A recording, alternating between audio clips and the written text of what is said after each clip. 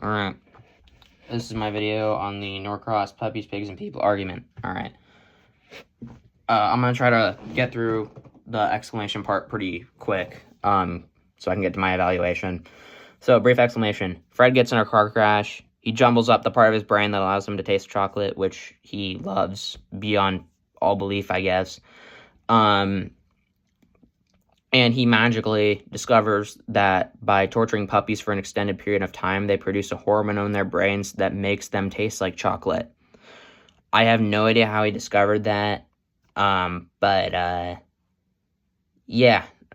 So he buys up 26 little cages, 26 little puppies, and then each puppy is a week older than the last, so he's a 26-week-old, 25, vice versa. And then he eats them by a week, so the 26-year-old goes first, and then once the 25-week-year-old turns 26 weeks, he eats the new 26-year-old. So that it's always the 26-week-old that gets eaten. All right, so he does that so he can taste chocolate. And then explain the moral similarities. So I really thought long and hard about this one. From the moral standpoint of how they're similar, Norcross is such I don't know how to say it. It's not similar. So there are very few similarities I would come up with. The first one is they both involve animals, and they both involve the animals being tortured. That's really all I could come up with. And I may not be thinking hard enough, but those are really the only two I could come up with. Like, Norcross is such a blatantly disgusting and far-fetched argument to try to make it sound similar to what goes on factory farms that it ends up, I don't know how to say it. The similarities are not there, for the most part, from my perspective here. And then evaluation. Do you think Norcross's argument is a good one? First of all, no. Why or why not? I'll get right into that. So, I think Norcross's argument is not a good one. Number one, these are not remotely similar. The suffering of animals is a byproduct, of the process. And then Fred is doing it on purpose. Like, he's over here, cutting up the limbs and cutting off the noses of puppies so he can create a hormone in their brain that makes them taste like chocolate. Now, oh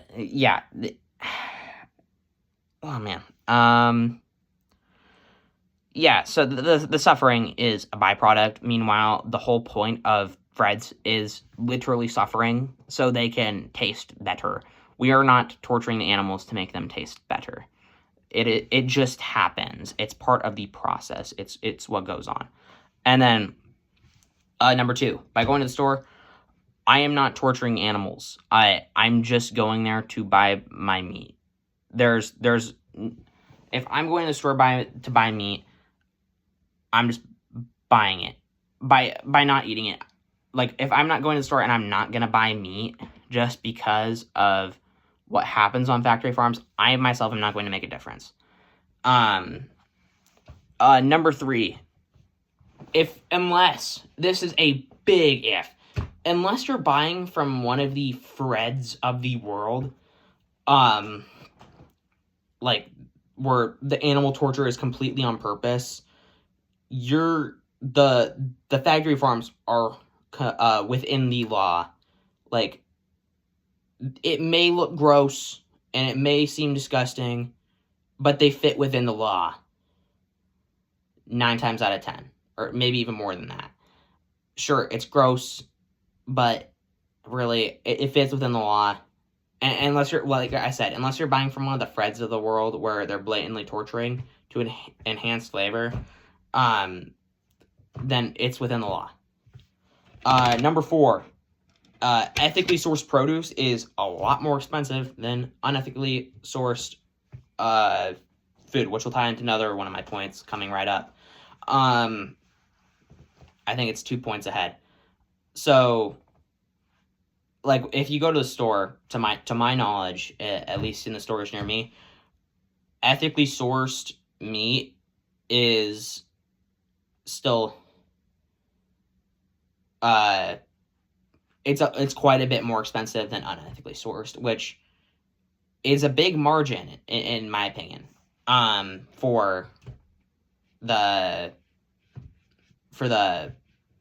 people. Like, most people don't want to spend the extra money on ethically sourced for the morals of it, generally speaking, in my mind.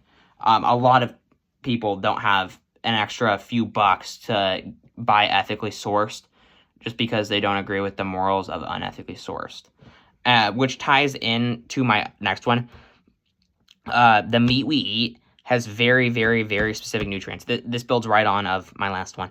That we need, like amino acids, vitamins, minerals, that we as people need. Like, especially, like, it's specifically animal meat. Not replicate meat. Animal meat has very, very specific nutrients you need. And unless you're going out and buying a bunch of other foods and supplements and vitamins to make up for those, in the end, you're spending way more money than just buying meat.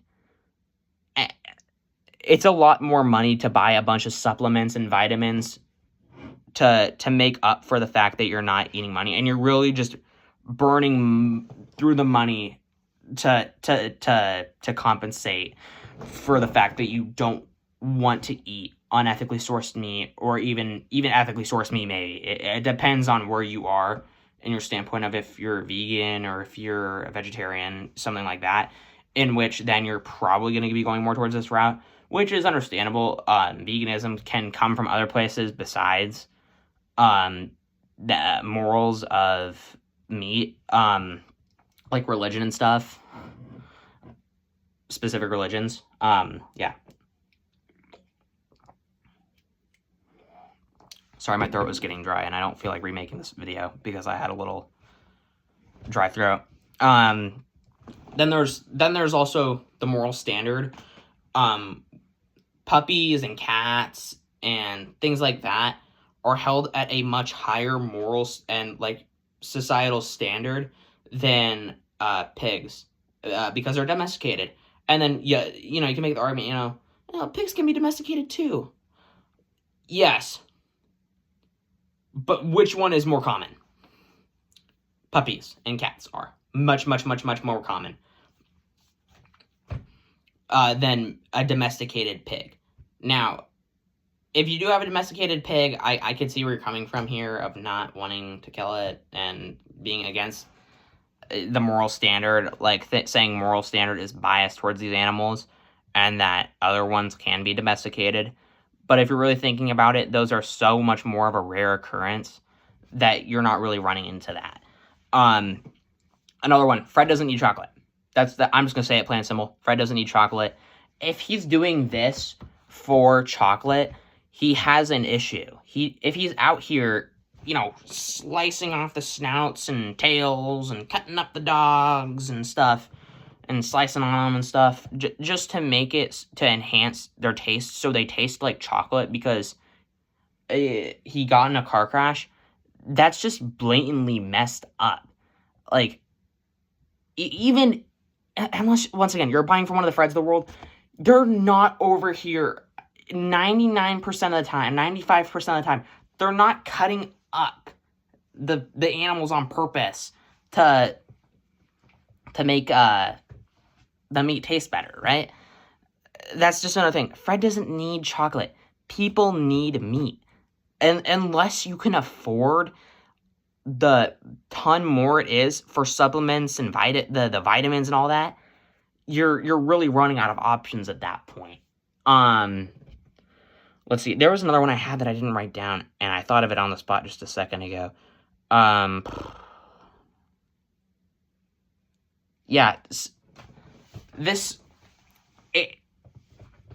Once again, it really comes down to one is a byproduct, and the other is just like blatantly animal torture because this guy is an addict to chocolate, apparently. And I'd like to know how he figured it out. How did he figure out that the puppies taste like chocolate when you torture them? What was he doing before that made him discover that? Is what I want to know. Because that's a whole nother rabbit hole, which I would add way more to this video if it wasn't just getting completely off track, which it probably will. So I'll avoid that rabbit hole, but it really comes down to, like, why does he know this? I'm assuming this is not readily available information anywhere. Maybe in this little made-up universe that Norcross, this very screwed up world Norcross has made, maybe it is readily available information. I don't know. Yeah, so, in my mind, this argument is very, very not good. Yeah, that's about really all I have to say for this. Sorry for the bit of a quite a long video. I've remade this video 9 times because I either biffed it or I got annoyed because, yeah. Yeah, that's about all I have to say here. Yeah, thanks for watching.